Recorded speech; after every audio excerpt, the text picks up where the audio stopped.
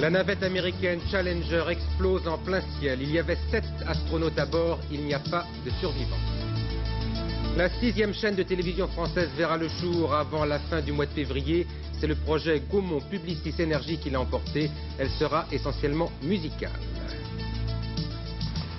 Madame, monsieur, bonsoir. Ce devait être la routine, ce fut le drame. 45 secondes après le décollage, la navette américaine Challenger a explosé en plein vol. Elle s'est pulvérisée dans une gerbe de flammes. Il y avait 7 astronautes à bord. Selon la NASA, il n'y a pas de survivants.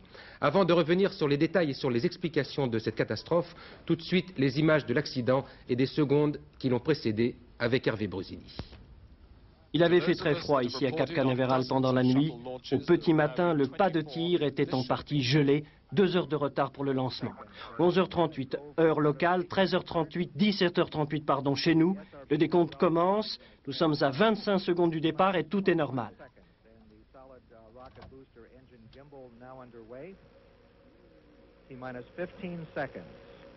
15 secondes du départ, système de pression d'eau enclenché, on est en mode automatique, les ordinateurs interrogent 440 fois par seconde les moteurs, allumage du moteur principal, allumage des 2 fusées, les boosters qui sont de part et d'autre de l'énorme réservoir, c'est le décollage superbe. À terre, ils sont admiratifs. Très rapidement, la navette atteint les 3 à 4 km par seconde.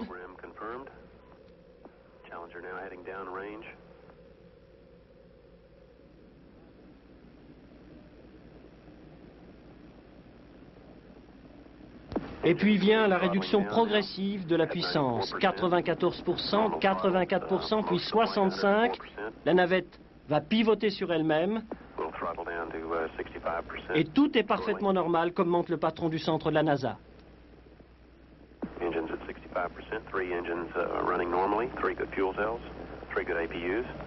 Bientôt, les caméras du sol vont quitter la navette. La prise de vue va être relayée par avion.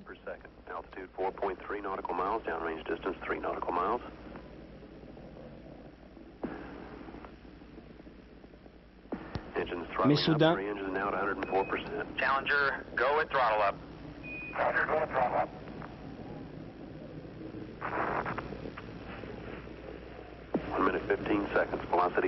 la navette est totalement pulvérisée.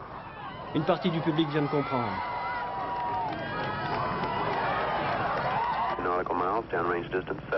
L'une des 2 fusées d'appoint continue une course désormais folle.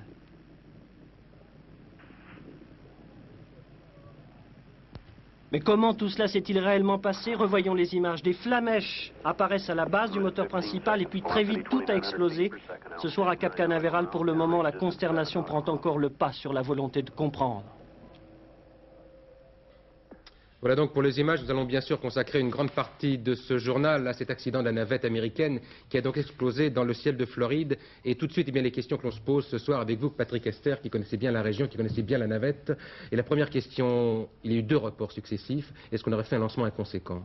Non, en aucun cas on ne peut dire ça. La NASA n'a jamais pris l'ombre d'un risque. S'il y avait eu le moindre doute sur ce tir, la navette n'aurait pas décollé. Les 2 reports successifs étaient dus à des problèmes tout à fait marginaux, annexes. En principe, en tout cas, on a attendu que de la glace fonde sur certaines parties de la navette due au mauvais temps, et puis surtout à la compression des oxygènes et des hydrogènes qu'on glisse à l'intérieur de cet énorme réservoir qui, précisément, est probablement à l'origine de la catastrophe. Aucun risque, c'est certain. Quand la navette a décollé, personne ne pouvait prévoir qu'il y ait l'ombre d'un tout petit problème. Patrick, vous connaissez bien Cap Canaveral, vous connaissez bien la navette. Est-ce qu'on peut imaginer ou expliquer ce soir ce qui s'est passé précisément? Vous savez, Bernard, moi j'ai souvent assisté au décollage de la navette. Et je dois dire qu'assez souvent, je me suis demandé ce qui se passerait si effectivement cette bombe exploserait. Parce que c'est véritablement une bombe, la navette. Je veux dire, comme toutes les fusées, c'est des carburants, des centaines de tonnes de carburant. À l'intérieur, ici, de ce réservoir peint en marron, vous avez 700 tonnes d'oxygène et d'hydrogène liquide. On a tous fait l'expérience, vous savez, avec un demi-gramme d'oxygène et d'hydrogène dans une salle de classe. On a vu l'explosion que ça donne. Vous imaginez tout de suite ce que ça peut faire. Une bombe dont on peut comparer l'importance peut-être avec une petite bombe atomique. Et oui, il faut bien le dire. Alors là, je vous propose peut-être de regarder ce qui s'est produit exactement sur les images très en détail. Les images en ralenti que l'on va Oui. voir.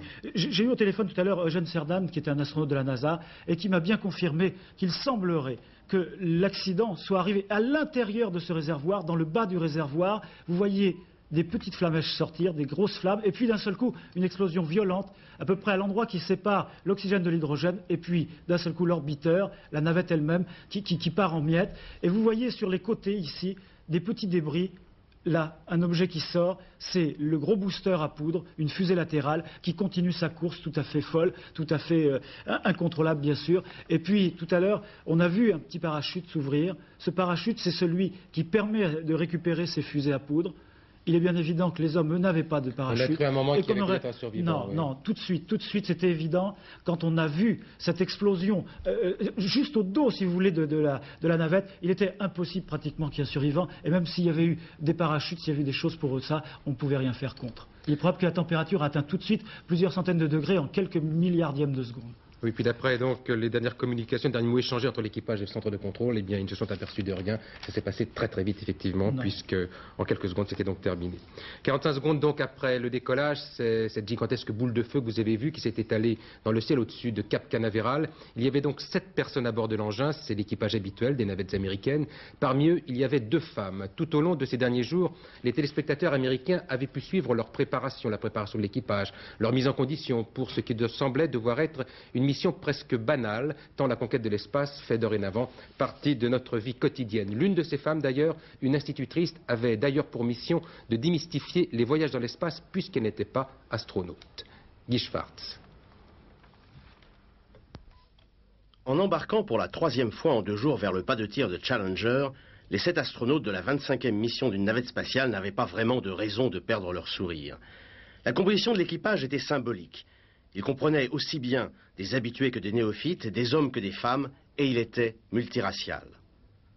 À leur tête, le commandant Dick Scobie, qui avait déjà volé en 1984. Avec lui, Jody Tresnik, 36 ans, l'une des 2 femmes de la mission. Ellison Onizuka, l'un des 2 Américains de couleur de cette même mission. Gregory Jarvis, un ingénieur de la société Hughes Aircraft. Ronald McNair, un chercheur spécialisé dans les lasers. Michael Smith, le copilote, l'adjoint donc du commandant Corby. Et enfin, Krista McAuliffe, 37 ans, la première citoyenne privée à voler dans l'espace. Cette enseignante avait subi pendant plusieurs mois un entraînement intensif, et tout cela dans un seul but, donner à partir de l'espace des cours de physique élémentaire à des élèves restés à terre. Dans la ville où elle enseignait, elle était considérée comme une héroïne, à l'égal des gloires les plus célèbres. Ses concitoyens garderont d'elle l'image paisible d'une mère de famille, comme n'importe quelle mère de famille américaine. Oui, puis donc 45 secondes après le décollage, cet accident, l'explosion de la navette, donc il y a 7 morts. Alors la preuve quand même que ce n'est pas un voyage tout à fait banal, comme voulait le prouver cette femme, cette institutrice, Non. Patrick. Krista McAuliffe, en fait, partait à bord de la navette. Comme plus tard, on pensait envoyer des journalistes, C'était la première citoyenne américaine à monter à bord, sans avoir reçu d'entraînement particulier. On voulait faire la preuve que cette navette était véritablement un objet fabuleux, qui allait vulgariser le voyage spatial. On s'aperçoit que la conquête de l'espace, c'est quand même pas si simple que ça, même quand on dispose de gros moyens. Et puis, je voudrais préciser quand même là, ici, une petite précision qui me parvient, c'est qu'on a vu la navette au début de son vol basculer sur le dos comme ceci. En fait, elle allait se diriger vers la bonne orbite, et du reste, le speaker officiel de la NASA a précisé elle est sur le bon chemin. Et puis, c'est à ce moment-là que s'est produit l'incident. Et alors, il faut savoir que pendant le moment où la navette bascule, on réduit la puissance des gros moteurs à oxygène et hydrogène précisément, à peu près à 65% de leur puissance.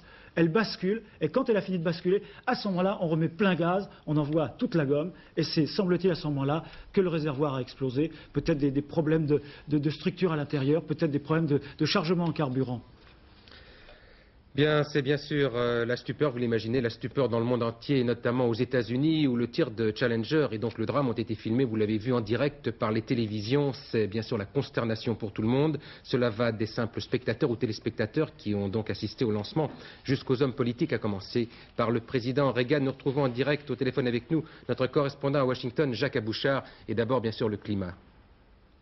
Jacques Abouchard. Eh bien écoutez, Bernard, je dois vous dire qu'effectivement le président Reagan a été bouleversé après avoir découvert sur les images ce qui s'était passé, la tragédie du Cap Canaveral. Il a immédiatement décidé d'envoyer au Cap Canaveral le vice-président Bush qui va se rendre en Floride avec le directeur de la NASA pour essayer de recueillir les premiers éléments d'une enquête. Autre décision de M. Reagan, il devait normalement prononcer ce soir son message sur l'état de l'Union, qui constitue une sorte de compte-rendu de l'activité du gouvernement, et le président a décidé de renvoyer à une date ultérieure cette déclaration à la nation américaine qui aujourd'hui porte le deuil de ces 7 astronautes, et notamment de Christa McAuliffe, cette enseignante d'une petite école de Concord dans le New Hampshire. Jacques Abouchard, je suppose que les télévisions aux États-Unis ont cessé leurs émissions, en tout cas ne parlent que de cela. Effectivement, dans les secondes qui ont suivi la tragédie de Cap Canaveral, toutes les émissions ont été interrompues, tous les réseaux de télévision ont commencé à rendre compte essentiellement de ce qui se passait en Floride. Et les commentaires sont absolument ininterrompus depuis ce matin, depuis qu'a eu lieu la tragédie. Il n'est question que de cela, il n'est question que de cette catastrophe qui, encore une fois, endeuille l'Amérique. Bien précisément, une réaction en France, cette fois, une réaction donc avec un télégramme du président de la République, M. Mitterrand, qui a écrit tout à l'heure à Ronald Reagan. La dépêche m'arrive à l'instant. Il fait état de la profonde émotion des Français devant l'explosion donc de la navette Challenger et de la disparition de son équipage. Il ajoute que cela a toujours été le destin des peuples courageux, c'est ce que dit M. Mitterrand, découvreurs de monde nouveau que de payer ainsi un lourd tribut au progrès. Mais nous savons que rien, ajoute le président, que rien ne décourage l'humanité dans sa marche en avant. Alors, je pense que dans un tout petit instant, nous serons en liaison directe avec Patrick Baudry, qui est à Bordeaux et qui a participé à l'une des missions de la navette américaine. C'était il y a quelques mois. Il pourra nous dire également ce qu'il pense et peut-être nous apporter des précisions sur l'accident lui-même, sur les raisons donc de cette catastrophe. Il faut ajouter à tout cela, Patrick Esther, que ce n'est pas la première fois qu'un accident se produit ainsi. Depuis qu'est commencé la conquête de l'espace, du côté américain, une catastrophe du même type s'était produite lors d'une mission Apollo. Oui, c'était le 27 janvier 1967. C'était à bord d'une capsule Apollo, l'une des toutes premières, qui se trouvait sur son pas de tir à Cap Kennedy. Et là, les astronautes n'avaient même pas décollé. À la suite d'un petit court-circuit qui s'était produit sous leur siège, eh bien, les 3 hommes avaient brûlé, sans même que le centre de contrôle au sol se rende compte qu'il se passait quelque chose à bord de la capsule. À la suite de cet accident-là, qui avait vraiment fortement marqué déjà l'Amérique, eh bien, la NASA avait décidé de revoir absolument tout le programme. On avait tout revérifié. On s'était aperçu qu'un tout petit boulon, parfois mal serré dans un petit coin, c'était un truc qu'on pouvait laisser passer. C'est quelque chose qu'on pouvait laisser passer, mais que ça pouvait avoir des conséquences dramatiques. Et à cette époque-là, on avait revu absolument toute la fusée Saturne V, un monstre de 3500 tonnes, d'un bout à l'autre. Alors il faut dire que ça, c'était le premier des accidents. À bord, c'était Crimson, Ed White et Robert Chaffee. Mais quelques mois plus tard, le premier soviétique, Vladimir Komarov, s'était écrasé, lui, à bord d'un Soyouz. Un Soyouz qui, au moment de rentrer sur Terre, avait vu ses parachutes, il y avait 3 parachutes, se prendre en torche, s'emmêler les uns les autres, et l'homme était mort, écrasé. Et puis, le 29 juin 1971, à nouveau 3 morts, 3 soviétiques, qui, au moment de la rentrée dans l'atmosphère, lorsque le vaisseau s'était séparé entre la capsule de rentrée et puis le module orbital, si vous voulez, qui reste dans l'espace, eh bien, l'appareil avait connu une perte de décompression, et les 3 hommes étaient morts asphyxiés. La capsule s'était posée en douceur, mais les 3 hommes étaient morts quand on avait ouvert la capsule. Avec nous maintenant en direct, je pense, Patrick Baudry qui est à Bordeaux. Patrick Baudry, nous n'avons pas la liaison apparemment. Oui, bonsoir, je vous entends. Je vous entends, je ne vous vois pas, voilà, vous êtes là. Oui, Patrick Baudry, merci d'être là. Vous étiez l'un des passagers lors d'une précédente mission sur la navette américaine. Alors ma première question, c'est est-ce qu'on pense d'abord que cela peut arriver lorsque l'on décolle ainsi? Est-ce qu'on ne pense pas plutôt que toutes les mesures de sécurité sont prêtes, que ça ne peut pas se passer comme ça? C'est quand même la stupéfaction un peu partout dans le monde ce soir. Oui, bien sûr. Vous savez, la navette américaine, c'est un engin extraordinaire et extrêmement complexe. Et réellement, une machine très très imposante. Et lorsque vous vous installez à bord, vous avez une grande confiance dans cette machine, pour une raison très simple, c'est qu'elle est avant tout le fruit du travail d'équipes très nombreuses, de gens très nombreux qui sont complètement professionnels, très sérieux. Et normalement, rien ne passe, comme l'a dit Patrick Esther tout à l'heure, normalement, rien ne passe. Donc il n'y a pas eu d'imprudence sur ce lancement, à votre avis? Je suis persuadé qu'il n'y a eu absolument aucune imprudence. La cause exacte de l'accident, je l'ignore encore, il faut attendre les résultats de l'enquête de la NASA, bien sûr, mais je suis absolument persuadé qu'il n'y a eu aucune imprudence de la part de la NASA. Ça, je peux vous garantir que, non seulement pendant tout l'entraînement, mais lorsque l'on est sur le point d'être tiré, de partir, et je suis bien placé pour le savoir, car j'ai eu de nombreux report de tir à cause de petits incidents techniques. Vraiment, la NASA ne prend aucun risque et toutes les équipes de la NASA sont là. Vous avez des centaines de gens qui travaillent jour et nuit les jours qui précèdent un lancement. Et réellement, il n'y a pas de routine. On parle souvent de routine à propos des vols spatiaux, notamment des vols navettes. Je peux vous dire qu'il n'y a pas encore de routine. C'est réellement un travail extrêmement délicat. Très très difficile et chaque technicien de la NASA, chaque ingénieur, chaque astronaute bien sûr, se concentre complètement sur sa tâche les jours qui précèdent un tir. Et Patrick Baudry, Patrick Esther souhaiterait vous poser une question. Patrick Baudry, je ne sais pas si vous vous souvenez, un matin nous étions à Houston, vous étiez à l'intérieur du simulateur de vol de la navette et vous enfiliez un gros casque qui devait en principe vous isoler totalement au moment où la navette décollait. Est-ce que vous pensez véritablement que ces systèmes suffisent? Est-ce que vous pensez qu'on peut véritablement protéger les hommes au moment d'un décollage pareil? Non, la navette est un véhicule d'un type nouveau, à bord duquel, disons que l'intégrité de l'engin, c'est-à-dire l'intégrité de la navette elle-même, doit être respectée. C'est-à-dire que les hommes qui se trouvent à bord peuvent revenir sur Terre à bord du véhicule. Ce n'est pas comme les anciens systèmes Apollo ou l'actuel système soviétique, où il y a un système d'éjection qui fait qu'en cas d'un incident semblable, vous pouvez être éjecté et être séparé du véhicule comme à l'aide d'un siège éjectable sur un avion. La navette, elle, sa fiabilité repose avant tout sur le contrôle de très très nombreux paramètres qui sont permis par la puissance des ordinateurs de bord et réellement tout est envisagé. Donc il ne doit pas y avoir de problème, d'autant plus que pendant les 2 premières minutes du tir, quand on est encore accroché aux 2 boosters latéraux que vous avez vus sur les images, vous n'avez pas de recours, c'est-à-dire il faut absolument que ces boosters arrivent au bout de leur combustion sans qu'il y ait de problème, car là, vous ne pouvez pas, vous savez que vous ne pouvez pas rentrer sain et sauf sur Terre. Il n'y a donc pas d'issue. Il n'y a pas d'issue. Patrick Baudry, merci pour ces précisions. Nous aurons l'occasion de reparler de tout cela, bien sûr. Il faut un petit peu avancer parce que le journal tourne aussi. C'est en tout cas ce qu'on pouvait dire ce soir, quelques heures après l'explosion donc de cette navette américaine Challenger. C'était en fin d'après-midi tout à l'heure. L'engin venait de décoller sur son pas de tir à Cap Canaveral. 45 secondes plus tard, c'était donc le drame. La navette se transformait en une véritable boule de feu. Elle se désintégrait en plein ciel. Il y avait 7 astronautes à bord. Il n'y a pas de survivants. Bien sûr, nous avons d'autres détails, d'autres précisions. Nous y reviendrons d'ici à la fin de ce journal.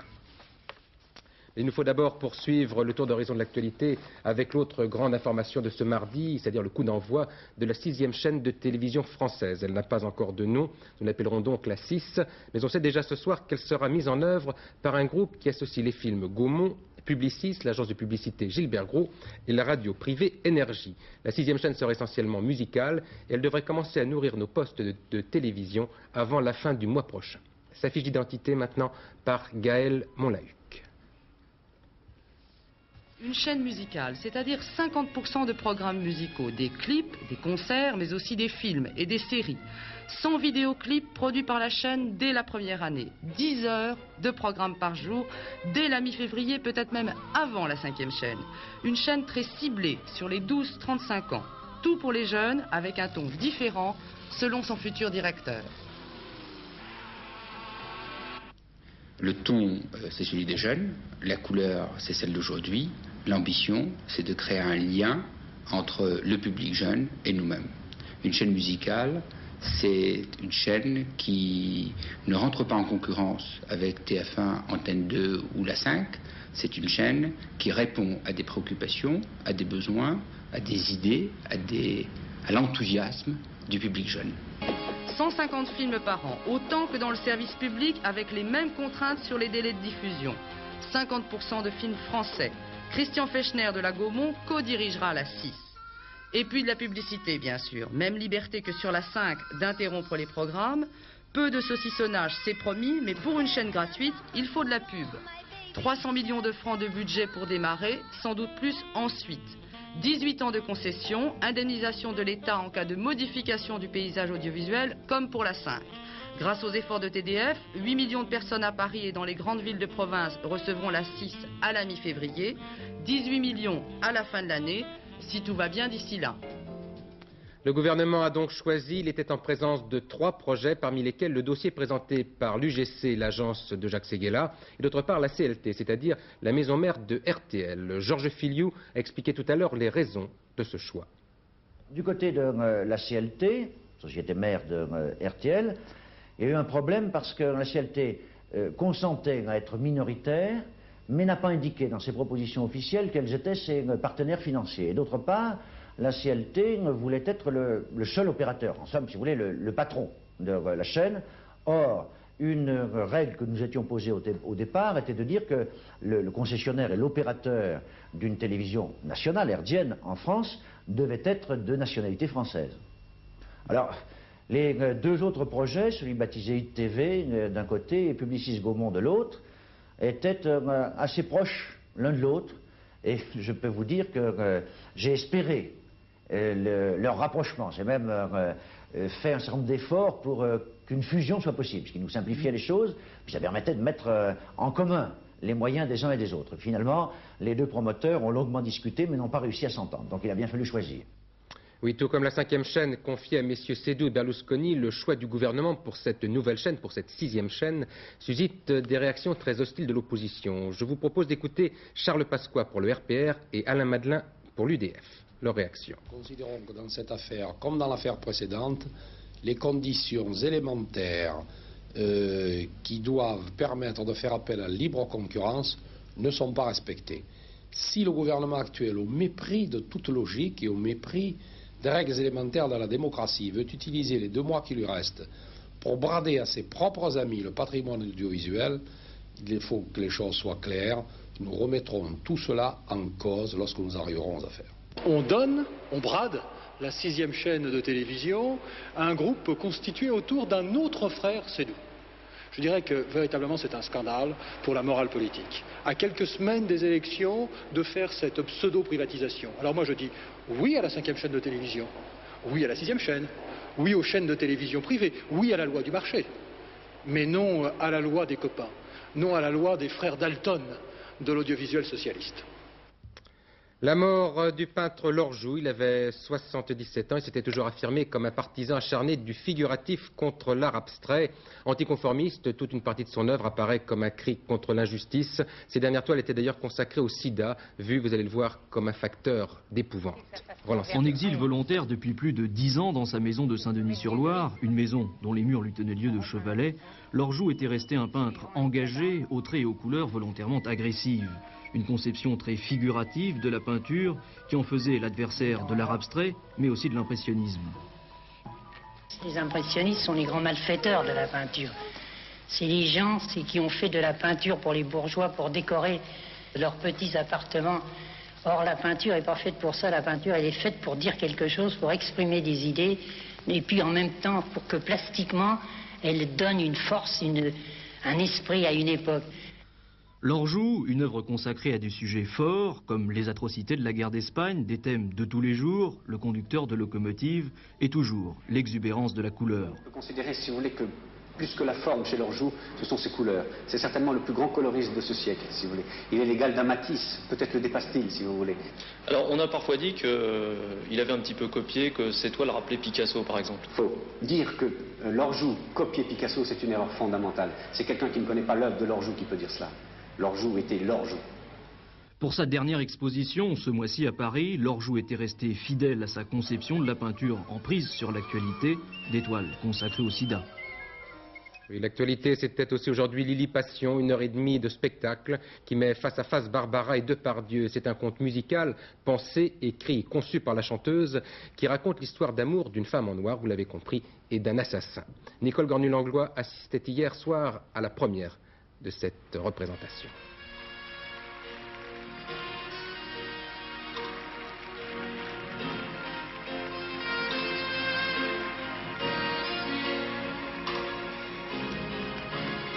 Elle chante, ils tuent, ils s'aiment, et pour ce couple de passion, ils sont tous venus au rendez-vous. Des ministres en place et les gens du métier, des amis.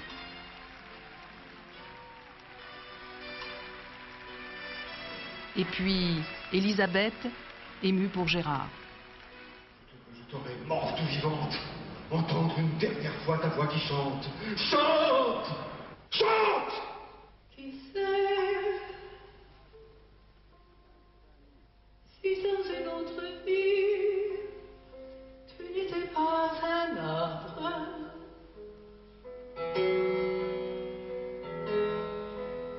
planté dans le silence nu d'un grand palais de marbre. Dormir contre une voix. Trahir pour une fois, parfaitement trahir. J'y croyais, moi, à ma mission d'assassin. Ma vie avait un sens. Je sais plus rien. Qu'importe ce qu'on peut en dire, je suis venue pour vous dire ma plus belle histoire d'amour, c'est vous.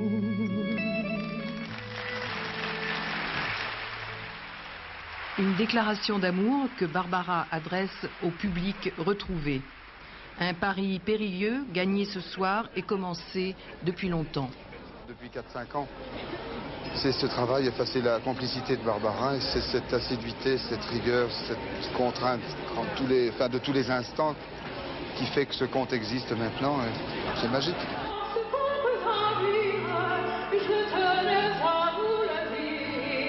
Il y avait des ministres ce soir?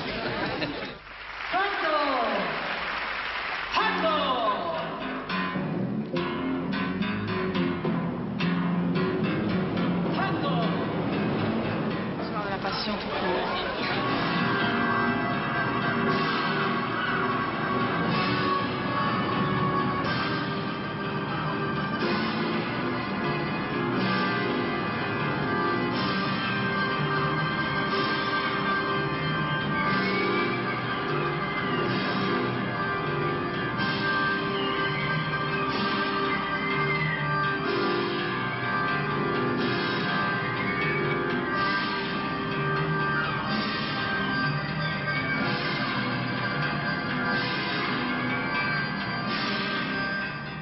Voilà l'actualité de ce mardi, c'est aussi la météo maintenant avec Alain Gillot-Pétré. Et le moins qu'on puisse dire, c'est que le ciel a la bougeotte, avec beaucoup de vent, beaucoup de pluie. Regardez la photo satellite. Voici ici une perturbation qui a abordé la Bretagne cet après-midi, qui va traverser la moitié nord-ouest du pays cette nuit, avec beaucoup de vent de sud-ouest, assez fort vraiment, et qui demain se trouvera au sud-est, rejoignant cette autre perturbation qui est venue d'Espagne. Les deux vont s'empiler. Ça nous donnera, comme prévu depuis plusieurs jours, un très très mauvais temps. Regardez la mer de nuages qui nous arrive. Alors la carte, évidemment, est sinistre. Beaucoup de nuages des Pyrénées en milieu de journée, des Pyrénées au Massif central, au nord-est, à la Corse, avec de la neige, de la pluie, des vents forts de sud-ouest. Et puis derrière, et bien sûr le nord-ouest, comme vous le constatez aussi, temps très nuageux, avec des vents forts de nord-ouest cette fois, de la pluie, de la grêle et quelques petites éclaircies quand même. Côté température, c'est la baisse évidemment, puisque cela vient du nord-ouest, de 3 à 6 degrés sur la moitié nord, 4 à Paris, et de 3 à 12 degrés seulement sur la moitié sud. Mais qu'est-ce que vous voulez, c'est l'hiver. Demain sera le mercredi 29 janvier, le soleil se lèvera à Paris 8h27, il s'y couchera à 17h41, ça nous fera 2 minutes de soleil en plus. Bonne fête à tous les Gildas, et en plus il fera 4 degrés à Poligny. Voilà, je vous rappelle les principales informations de ce journal. D'abord, le drame de la navette Challenger. L'engin a explosé un peu moins d'1 minute, 45 secondes exactement après son décollage. Il y avait 7 astronautes à bord, il n'y a pas de survivants. Le président américain Reagan va faire tout à l'heure une déclaration au pays. Et puis, seconde information, le coup d'envoi officiel de la 6e chaîne. Elle est confiée au groupe qui réunit Gaumont Publicis, l'agence de publicité Gilbert Gros et la radio privée Énergie. D'autres informations avec Bernard Pradino, d'autres précisions aux environs de 23h40. Bonsoir, à demain.